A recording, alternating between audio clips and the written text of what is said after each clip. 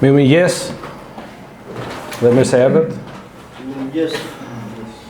Falenderojmë Perëndin sepse ndërsa fëmijët ishin këtu përpara dhe u zhvillua ai programi, më kujtua fëmijëria jonë që ne ishim, çfarë bënim në fëmijërinë e tyre, në moshën e tyre? Mësonim këngë për partinë edhe vjesha për partinë edhe për partizanët. Lavdizohet që kjo epokë mbaroi në Shqipëri, këtu e vite, edhe Perëndia na dha mundësinë neve që dikur i thunim lavde një njeriu dhe gjërave të vdekura, sot i thurim lavde Perëndis, duke thua që nga fëmijët e vegjël dhe në të mëdhenjt. Lavdizohet për gjithçka. Dhe falenderoj Perëndin edhe për mundësinë që na jep që të përulemi në fjalën e tij, në shumë e rëndësishme, jetike, e domosdoshme për të gjithë krishterët, por edhe për ata që nuk e kanë njohur ende. Do duhet që të shijojnë Perëndin, të shikojnë se për cilin Perëndin ne flasim kaq vite dhe dëshmojmë kaq vite. Sot me hinë e Perëndis do të shikojmë një temë shumë të njohur për ne, dhe që është dhe që duhet të jetë një praktike e përditshme në jetën tonë si të krishterë, në jetën tonë të përditshme që kemi me Perëndin. Tema e sotme është pendimi. Pendimi i vërtetë i kërkuar nga Perëndia. Kemi parë gjatë gjithë kësaj periudhe, kemi parë se si i krishterit do duhet të jetë në një gjendje të vazhdueshme vigjilence ndaj mëkatit, në një vigjilencë frymore flasim. Dhe pendimi do duhet që të jetë i menjëhershëm ndërsa ne kryejmë mëkatin apo bijmë në mëkat, duke shmangur në këtë mënyrë për të shmangur djallin, për t'i dhënë atij mundësinë që të shfrytëzojë këto momente dobësie në jetën tonë edhe të na sulmojë dhe të na mbajë larg Perëndis. Përpara se të shohim se çfarë është nga fjala e Perëndis, se çfarë është pendimi i vërtetë i kërkuar nga Perëndia, do doja që të ndaleshim pak në një pjesë tepër të njohur të fjalës, të cilën e kemi parë disa të diela të kaluara, dhe do shikojmë një fakt shumë interesant që ka lidhje edhe me temën tonë. Nëse mbani mend, kemi folur një moment, na ka folur Perëndia këtu për Krishtin, avokat. Dhe do doja të shkëputja një varg, domethënë nga e gjithë ajo pjesë që vëllai e lexoi. Është nga letra e parë e Gjonit, kapitulli 2 dhe vargu 1. Bijtë e mi, këto po ju shkruaj që të mos mëkatoni. E po të mëkatojë dikush, kemi një avokat përballë, është përballë Perëndis Krishti, qëndron, jo në krah, në rastin konkret, do ta themi, siç e kanë shumë përkthime. Kemi përballë përballë Atit Jezus Krishtin të drejtin. Po ç'lidhje ka kjo me pendimin? Ndërsa vëllai ishte duke lexuar këtë pjesë të fjalës, fryma e Perëndis rrëmbeu mendjen time dhe mendimet e mia në një skenë që zhvillohet në qiell sa herë që ne pendohemi dhe shkojmë dhe kërkojmë të falur Perëndis. Për shkak të mëkatit që ne kryejmë, ti fare më që ne qëndrojmë përballë gjykatës së Perëndis, për shkak të mëkatit tonë, dhe ku ne pendohemi, Jezusi del në krahun tonë. Ky është edhe kuptimi i asaj fjalës që ne kemi thënë shpeshherë, Paraklitos, pra e thrasim Jezusin në krahun tonë, del në krahun tonë, por jo në mbrojtje të mëkatit tonë. Mos ngatrohemi. Del në krahun tonë kur ne jemi të penduar me të vërtetë. Dhe del në mbrojtje tonë kur ai shikon një pendim të sinqertë të zemrës tonë. Pasi ne jemi penduar me të vërtetë. Nëse ne nuk pendohemi me të vërtetë, nëse pendimi nuk është i vërtetë, Jezusi nuk del në krahun tonë. Të vazhdojmë me temën, çfarë është pendimi? Në fakt ne do të fokusohemi sot më tepër, pendimi ka të bëjë me ne si të krishterë sot, sesa me ata të cilët nuk e kanë njohur kurrë Perëndin, apo nuk kanë dëgjuar kurrë. Do fokusohemi kryesisht në dhjetën e re, për të parë disa pjesë nga fjala e Perëndis,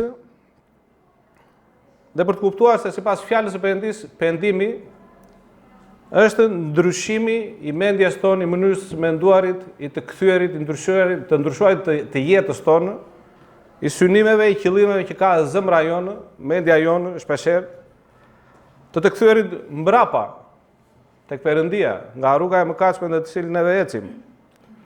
Do shohim një shembull nga fjala e Perëndisë për ta kuptuar më mirë këtë gjë. Është nga Mateu kapitulli 21 dhe vargu 32.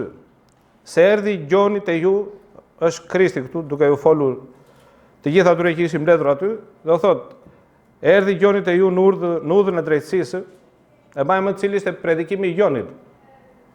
Pendohuni sepse është afruar mbretëria e qeve. Përgatisni udhën e Zotit, të drejta bëni shtigjet e tij. Ky ishte predikimi i gjonit.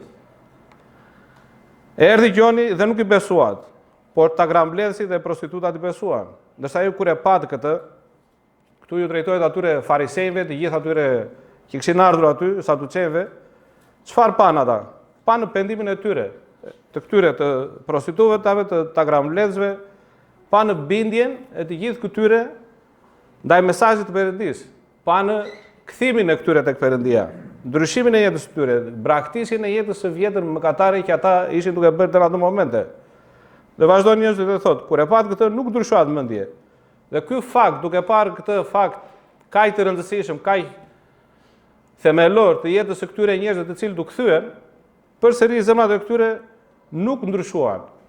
U thot Jezusi, që më pas t'i besonit, që gjoni me të vërtetë ishte i dërguar nga Perëndia dhe që mesazhi i tij ishte nga Perëndia. Ndërsa ishte duke lexuar këtë pjesë të fjalës së Perëndisë, nuk ju duket pak e çuditshme se Gjoni i pari dhe Jezusi, në vend që të fliste për ardhjen e Mesias, që ishte shpallur para 30 vjetëve, le të themi këtë,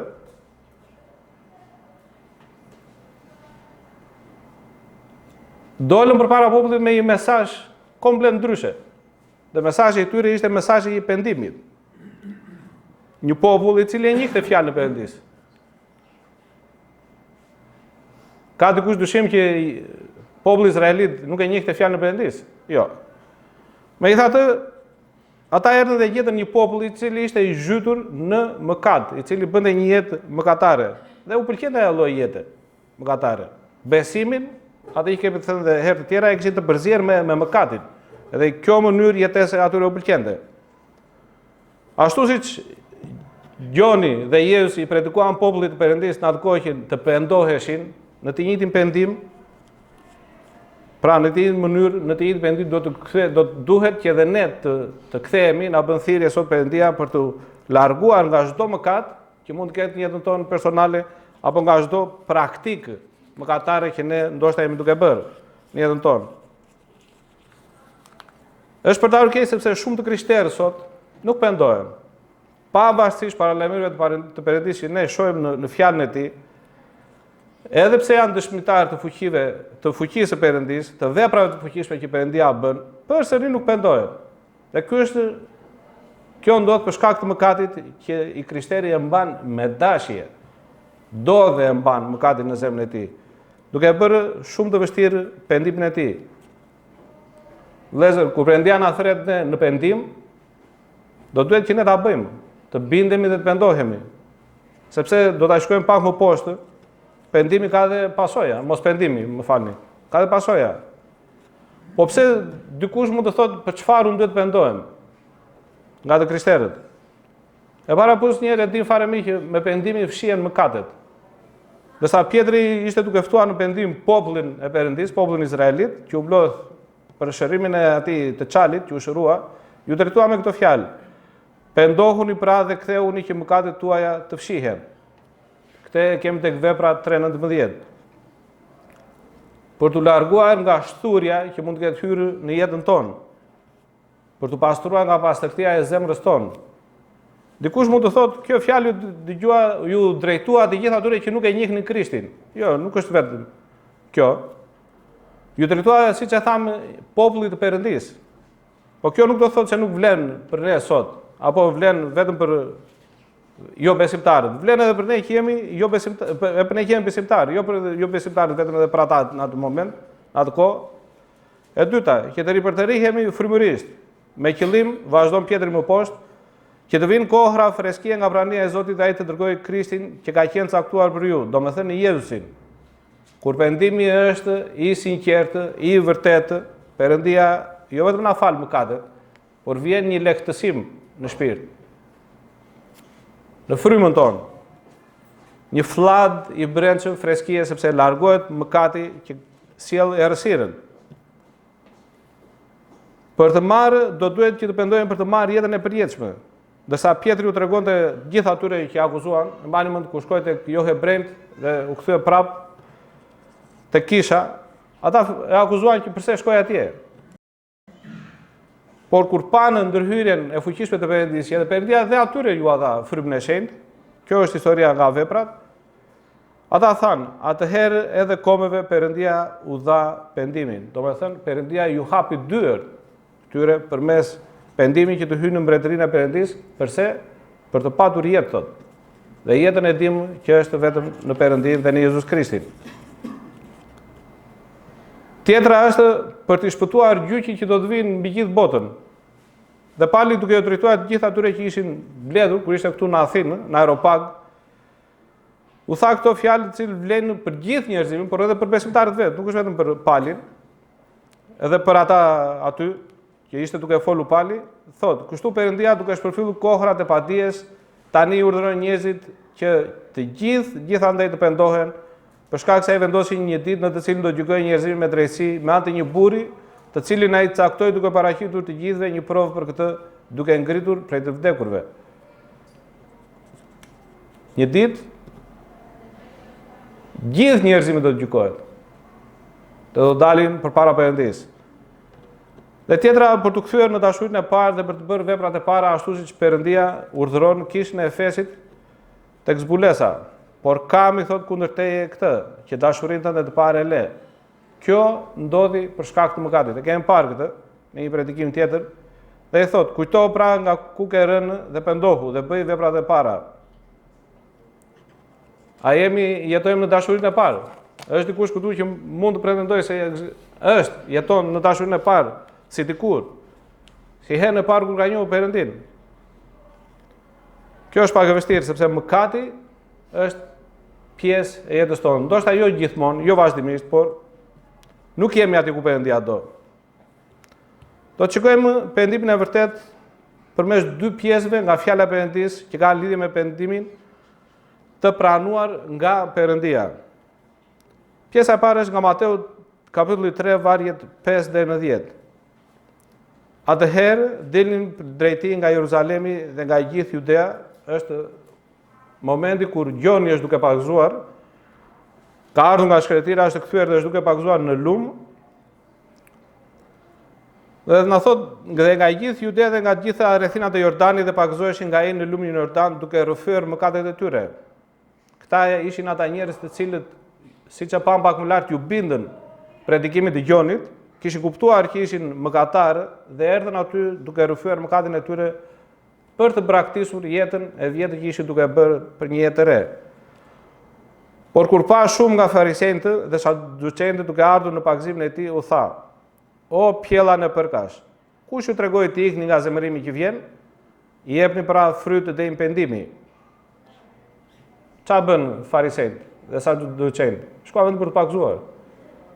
Nuk kishin ndërmend ata që të rrëfenin mëkatin e tyre, nuk kishin ndërmend ata që të ktheheshin, të ndryshonin mënyrë jetese. Njerëz dinak nuk deshën ta bënin këtë për të mos prishur imazhin e tyre që ata kishin ndërtuar tek populli se ishin njerëz të pamëkatshëm. Pra ata që kanë lexuar Ungjil e kanë kuptuar edhe kuptojnë që të gjithë të tjerët ishin mëkatarë përveç këtyre. Po kemi të tilla plot, edhe në ditën e sotme në kishë sot. Kishën në përgjithësi të krishterë të cilët përpiqen të paraqesin veten e tyre të pamëkatshëm. Dhe thot, vazhdoi që dhe thot, dhe të mos pandehni të thoni në veten tuaj kemi për atë Abrahamin, sepse po ju them se Perëndia mund t'i ngrejë fëmijë Abrahamit për këtyre gurve. E dini, ka plot nga ata që vetë quhen të krishterë, që pohojnë se duke qenë tashmë bijtë Perëndis, besuan dikur, mëkatet e kaluara, të sotme dhe të ardhmet, janë fshirë. Dhe nuk është e nevojshme të pendohen, që të bëjnë një jetë të tillë pendimi. Ky është një kurth nga djalli dhe kjo është doktrinë. Kjo që po ju them, është doktrinë dhe mësohet në shumë kisha. Ndaj që t'i qëndrojmë larg dhe qëndrojmë larg një mësimi të tillë. Dhe vazhdojnë gjoni duke thënë. Dhe tashmë së pata është vënë te rrënja e pemëve. Prandaj çdo pemë që nuk jep fryt të mirë pritet dhe hidhet në zjarr. Nëse Perëndia nuk sheh frytet të denja tek pendimi tek krishterët, dhe nëse të krishterët nuk paraqesin tek Perëndia frytet të denja pendimi, do të ndodhë ajo që thot pak më lart, do të përfundojë në ferr. Ka pendim të rrem dhe ka pendim të vërtet. Pendimi i rrem është thjesht një përpjekje e kodë për t'i hedhur hi syve njerëzve ose besimtarëve, ne t'i hedhim njëri tjetrit hi syve. Me fjalë. Po jemi penduar, pendojmë të vërtet nga mëkatet tona. Kjo duket nga frytet tona, sepse na e thot pak më lart. Çdo pemë që nuk jep fryt të mirë, pritet dhe hidhet në zjarr. Nuk ka kompromis me Perëndinë në këtë çështje. Dhe as Perëndia nuk bën kompromis. Gjithçka, çdo gjë do të duket nga jeta jonë, nga sjellja jonë, nga mënyra se si ne flasim, se si sillemi, se si ecim në jetën tonë, se si e bëjmë jetën tonë, qëndrimi i zemrës tonë, përballë Perëndisë dhe njerëzve bashkë. Dhe pjesa e dytë është nga Luka, kapitulli 18, vargjet 9 deri në 14. Dhe tani disa që ishin të bindur në vetvete se janë të drejtë dhe që i përbuznin të tjerët, këtu kemi është Jezusi këtu në pjesën konkrete që u flet, siç e tham, ata saduqenët dhe farisejtë mendonin këtë gjë, dhe ne nuk kemi shumë larg realitetit të këtyre njerëzve nëse ne vetë drejtësohemi. Ka shumë gjasa që ne si të krishterë, në egoizmin tonë, të arrijmë në këtë pikë. Fillon vetë drejtësimi, fillon egoizmi, fillon krenaria, duke i thënë në vetës tonë se ne jemi më të mirë, mëkatarët ose ata të tjerët janë larg me, janë në një nivel më poshtë se sa unë. Dhe plus që ka shumë të krishterë që për të justifikuar gjithë atë jetën e tyre, të gjithë ato çfarë janë duke bërë, përpiqen të mbledhin rreth vetes njerëz të cilët do t'i mbështesin ato çfarë bëjnë. Dhe vazhdon Jezusi u tha këtë shëmbëltyrë, dy njerëz u ngjitën në tempull për të lutur, njëri fariseu dhe tjetri ta grambledhës. Fariseu duke qëndruar në këmbë lutej kështu me vete: O Perëndi, të falenderoj se nuk jam sikurse njerëz të tjerë grabitqar të padrejtë kur olshkerlës, apo edhe ky ta grambledhësi. Recital vetëdrejtësimi i një njeriu që ishte i zhytur në mëkat, ishte ajo që çfarë Jezusi tha, që i aftë për të dalluar lëmishte në syrin e tjetrit dhe traun e vet nuk e shikonte ai, fariseu. Njeri që ka marrë kokaer dhe ishte i errësuar gjykimi sepse askush tjetër nuk mund ta bëjë këtë. Më shikon mua se si jam, si veproj, si adhuroj Perëndinë, si lutem, si flas. Kemi të tilla plot. Agjëroj 2 herë në javë, vazhdon fariseu, dhe jap të 10-ën e të gjitha gjërave sa fitoi. Kjo ndodh edhe në kohën e sotme. Ka plot që i tregojnë me veprat e tyre, i tregojnë Perëndisë se kush janë dhe se cilët janë, ju duket e çuditshme. Ka plot dëshmi të tilla. Perëndia ka kërkuar dhe kërkon bindjen ndaj frymës, ndaj vetë Perëndisë. Nuk na ka kërkuar ndonjëherë që ne të dalim me vepra të cilat ai nuk i ka kërkuar dhe të veprojmë dhe të shkojmë atje ku ai nuk na ka dërguar. Ky person që ne shikojmë këtu flet me vete. Dhe është duke folur me egoizmin e tij, sepse Perëndia nuk dëgjon gjë.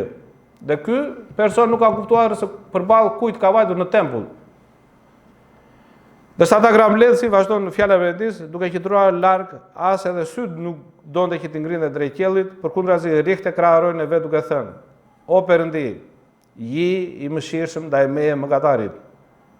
Ky është i krishterë i përulur që kur shkon në prezencë të Perëndis, kupton se me kë ka të bëjë, përballë kujt po qëndron. Po ju them, vazhdon Jevsi, se përkundër atij, pra fariseut, ky ta grambllesi zbriti i drejtësuar në shtëpinë e vet. E kemi thënë edhe një herë tjetër këtë, që ne hapim gojën, fillojmë lutjen, dhe Perëndia shikon direkt zemrën tonë. Nuk ka nevojë për fjalë të bukura, për ato çfarë ne do fillojmë t'i thuri Perëndis, ndoshta për të na dëgjuar të tjerët apo edhe për veten tonë, të kënaqem atë egoizmin tonë. Lutje, një lutje të tillë, e kemi thënë e dëgjojnë veshët tanë, ata që janë rreth rrotullesh dhe tavani. Perëndia nuk dëgjon asgjë. Dhe thot Jevsi, kushdo që e lartëson vetveten do të përulet. Ekzistojnë dy lloj përuljesh në fjalën e Perëndis. Përulja me dashje nga ana jon, ne zgjedhim që të përulemi Perëndis, dhe përulja numër 2 është nga Perëndia vet. Dhe përulja e Perëndis shkakton shumë dhembje.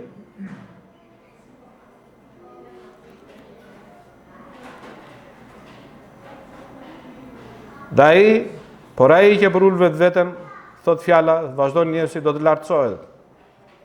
Dhe këtë do ta bëjë vetë Perëndia, ashtu siç ai përuli Jevsin, Jevsi përul dhe Perëndia e ngriti atje ku ai është tani. Për Perëndinë, në pendimin vërtet është zemra e përulur. Por a bie dakord Perëndia me përuljen tonë? Me pendimin tonë?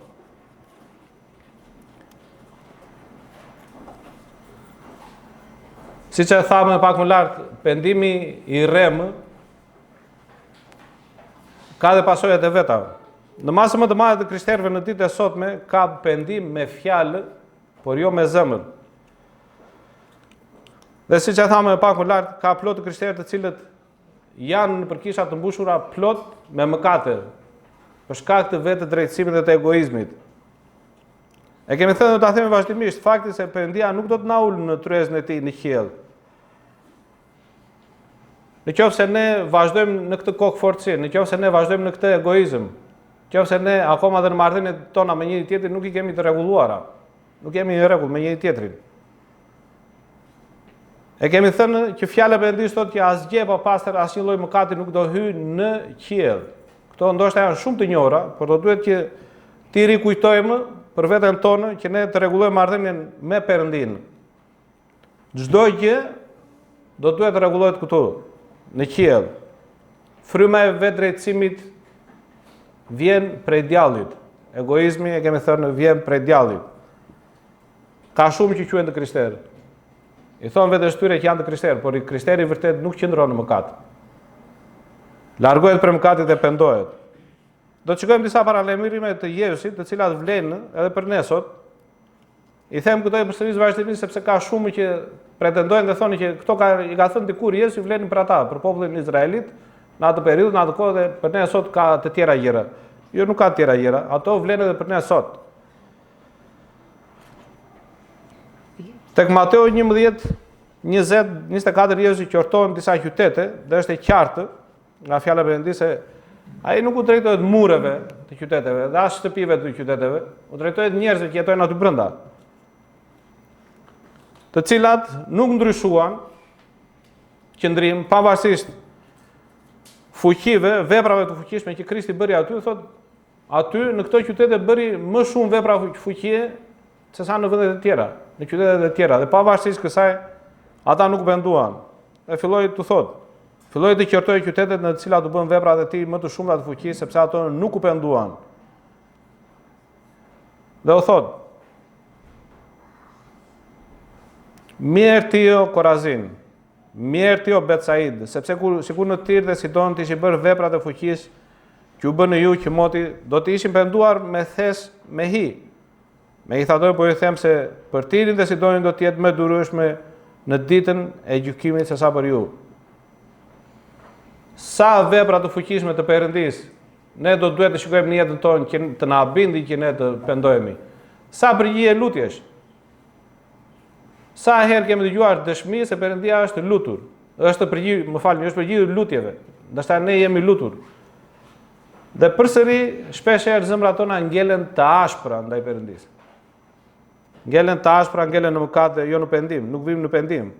Dhe vazhdon të thotë: "Dhe ti o Kafarnaum, mos do të lartësohesh deri në qiell, dhe në Hades do të zbritesh.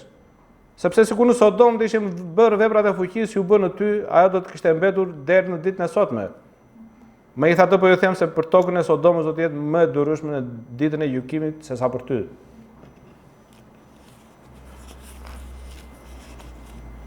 Tek Mateu 12:41 Jezusi thot se banorët e Ninevis u penduan pas predikimit të Jonës që i paralajmëroi për shkatrimin e Nineves. Dhe vendimi i banorëve ishte bindja, duke filluar që nga mbreti, ishte bindja ndaj thirrjes për pendim që Perëndia i paralajmëroi përmes Jonas. Për të treguar se ata e morën seriozisht paralajmërimin e Perëndisë, jo vetëm mbreti, por edhe fëmijët i mbuluan me thes.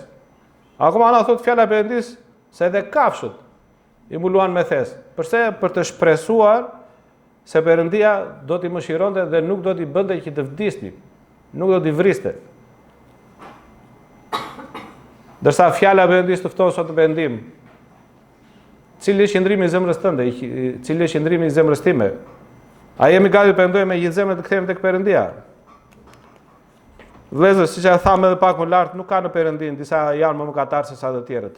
Mëkati është mëkat. Dhe është pjesa në të cilën Jezusi ju thot për një ngjarje, është tek Luka 13:1-5. Në atë momente disa i njoftuan njerëzit dhe i thanë për disa Galileas që ishin vrarë dhe gjakun e të cilëve Pilati e përzierën në flimet e tyre. Dhe ai duke i drejtuar ju tha atyre: "A mendoni se këta Galileas qenë më mëkatarë se të gjithë Galileaset e tjerë?"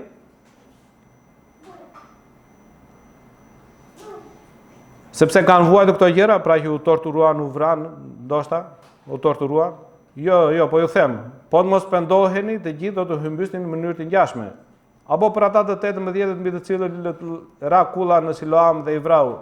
A mendoni se ata qenë më fajtor se të gjithë njerëzit e tjerë që banojnë në Jeruzalem? Jo, po ju them se po të mos pendoheni, të gjithë do të humbisni po ashtu.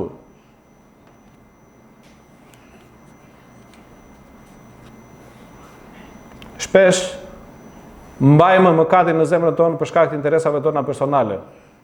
Dhe zgjedhim që t'i bindemi fjalës së Perëndisë pjesërisht. Qofse ne do duhet të bëjmë diçka dhe kjo vjen në kundërshtim me fjalën e Perëndisë, shikojmë më përpara interesin tonë personal. Qofse interesi ynë është më i fortë, dëshirat egoiste brenda nesh, atëherë e shkelim me dashje fjalën e Perëndisë. E kjo na çon në mëkat. E dim fare mirë. Po çfarë bëjmë? E braktisim? Apo shikojmë interesin tonë?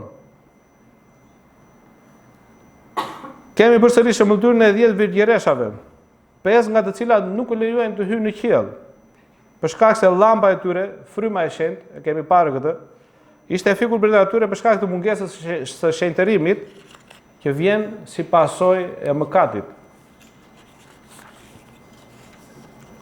Dhe tek Mateu 7:21-23 Jezusi thot: "Jo kushdo që më thot, o Zot, do të hyjë në mbretërinë e qiejve, por ai që bën vullnetin e Atit tim që është në qiej, shumë do të më thonë atë ditë: O Zot, a nuk profetizuam ne në emrin tënd, dhe dëbuam demon në emrin tënd, dhe bëm shumë vepra fuqie në emrin tënd?" Dhe atëherë do t'u them hapur atyre: "Kur nuk ju kam njohur. Largohuni nga unë, ju o ushtrues të palishmërisë, ushtrues të mëkatit." Mund të jetë midis nesh dikush, apo ata që do të dëgjojnë më pas, që mu thotë: "Ja, përpjeku që të pendohem nga një mëkat." Po nuk pendohem dot. Nuk e braktis dot mëkatin. Nëse do një përjetësi në prezencë të Perëndisë, atëherë qëndron në lutje dhe në agjerim. Nuk ka zgjidhje tjetër. Dikush tjetër mund të thotë se unë nuk e di se nga çfarë mëkatish mund të pendohem. Do duhet që të pendohem. Shikoj zemrën time, shikoj veten time dhe nuk e kuptoj këtë gjë. Qëndron në dritën e fjalës së Perëndis. Me përulje dhe Perëndia do të ndriçojë zemrën që të kuptosh mëkatin dhe të pendohesh dhe ta praktikësh. Nëse vazhdojmë me këtë, me vetë drejtësimin, sepse shpeshherë kjo na kap, ky është nga djalli kjo gjë, ky mëkat, vetë drejtësimi të çon në arrogancë dhe arroganca nuk të sjell pendim. Dhe nuk ka vend arrogantët në mbretërinë e Perëndisë. Por ekziston edhe një rrezik tjetër, nga të qëndruarit vazhdimisht në mëkat, të cilin na e thot fjala e Perëndisë tek 1 Timoteut 4:1-2.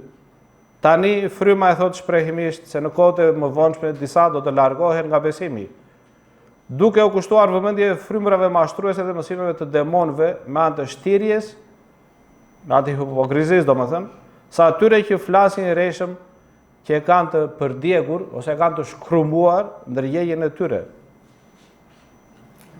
Një ndërgjegje e tillë nuk rangon dot më ndaj fjalës së Perëndisë. Nuk ndjen më faj, nuk pendohet dhe vazhdon edhe mëkaton kundër Perëndisë.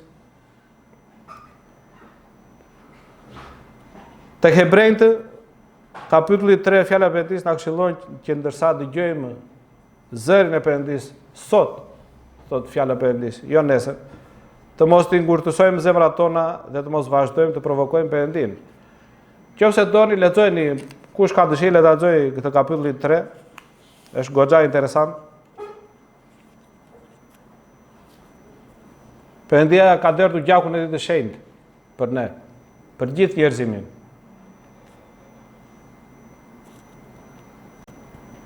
Dhe siç e thash pak më lart, asnjëherë ai nuk do të bëjë kompromis.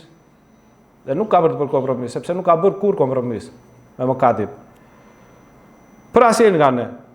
Mos ta mendoj veten tonë, ta shikojmë veten tonë si të veçantë përkundër gjithë të tjerëve. Vërtet Perëndia është një Perëndi dashurie, por nuk është Perëndi kompromisi. E kemi thënë dhe herë tjetër që nga ngjarjet që janë duke ndodhur në botë, duket se jemi në kohët e fundit. Dhe siç e tham pak më lart, një ditë i gjithë njerëzimi do të qëndrojë përballë Perëndisë. Një ditë ne të gjithë do ta shohim Perëndin. Por si do ta shikojmë këtë Perëndi? Si një atë duke shijuar prezencën e tij në qiell apo si një gjykatës? Si do ta shikojmë? Është në dorën tonë. Nëse ne do duam që Jezusi të jetë krahun tonë atë ditë dhe të dëshmojë për ne, dhe të thotë që ky është i imi, atëherë është vetëm një rrugë, ngelet vetëm një rrugë, pendimi. Dhe pendimi i vërtet ashtu siç Perëndia e cakton në fjalën e tij, jo ashtu siç ne mendojmë. Nëse ne duam me të vërtetë që të hyjmë në mbretërinë e Perëndisë në qiell, atëherë të mos vonohemi, që të pendohemi dhe të kthehemi tek Perëndia. Perëndia le ta bekojë fjalën e tij në zemrat tona. Amin.